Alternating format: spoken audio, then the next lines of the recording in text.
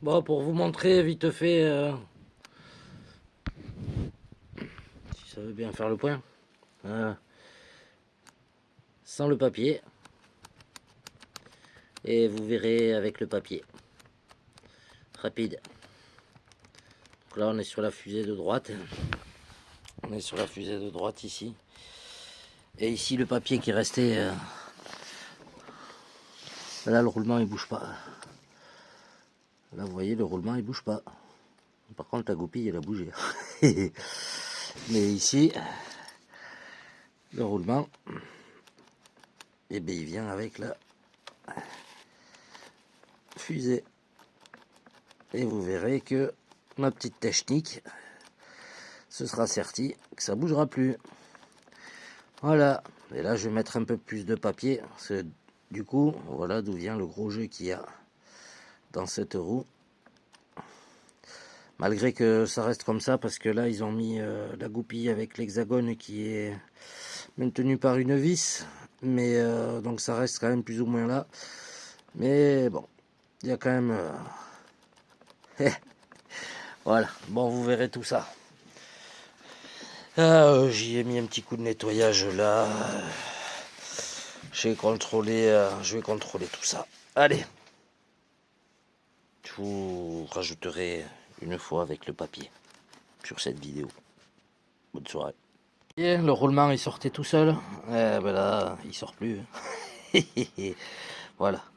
Comme je vous dis, là j'ai dû mettre du papier un peu épais, donc ça c'est du papier, photo bas de gamme, voilà, toujours bien graissé.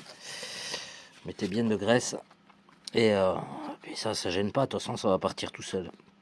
Et j'ai dû changer les pins. J'ai dû changer les pins de 3 là. Et là, vous voyez les cardans plus ce côté que l'autre, mais ça commence à se manger un peu ici.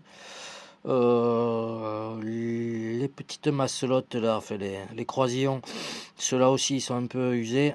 Bon là j'ai pas ce qu'il faut. Mais bon, dans l'ensemble ça peut encore faire, donc ça on ira jusqu'à la casse et puis on changera les cardans. Mais ça va durer encore un moment. Là j'ai changé, voilà, j'ai changé les pins. Elles étaient, alors au centre ça allait, mais elles étaient mangées sur les bords. Ouais, pas beaucoup. J'en ai une là. Regardez. On voit quand même un petit peu le. Je vais la poser. On voit un petit peu l'usure. Voilà, donc je les ai changés. Voilà, voilà, voilà. Et pour le reste, tout va bien. Et donc là, vous voyez, ben. Ça bouge plus. Et ça bouge plus là. Là, ça bouge plus.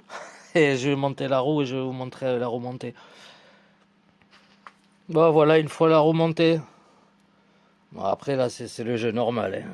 Je vais autant de l'autre côté. Voilà. Là, vous voyez que la machine bouge avec. Donc, mais là, il n'y a plus de jeu quasiment. Voilà, juste un petit bout de papier. Juste un petit bout de papier. Allez, je vous laisse là-dessus. Ah, et je vais répondre à TRX RC. Je vais te répondre parce que du coup, non, le papier, vu que tu l'imbibes de gras, il crème pas l'eau. Par contre, oui, la chaleur, surtout au niveau des noix ici là de transmission, ça chauffe beaucoup. Donc à un moment donné, c'est la chaleur qui désagrège le papier. Mais je le montre sur une des parties 1 ou partie 2, je sais plus, ou partie 3 peut-être.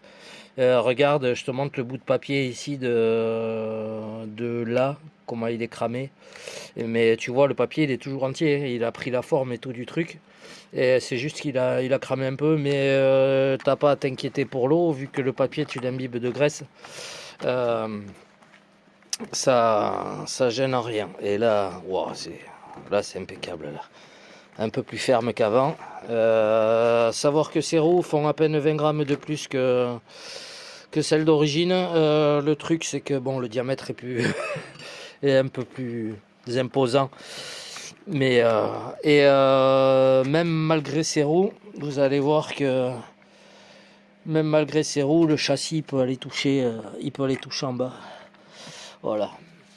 Et devant c'est pareil, ça peut aller toucher. On va sortir un peu la cochonaille. Voilà. Vous voyez, il va bien toucher et ça gêne pas. Les amortisseurs ils sont même pas encore embutés. Donc vous voyez.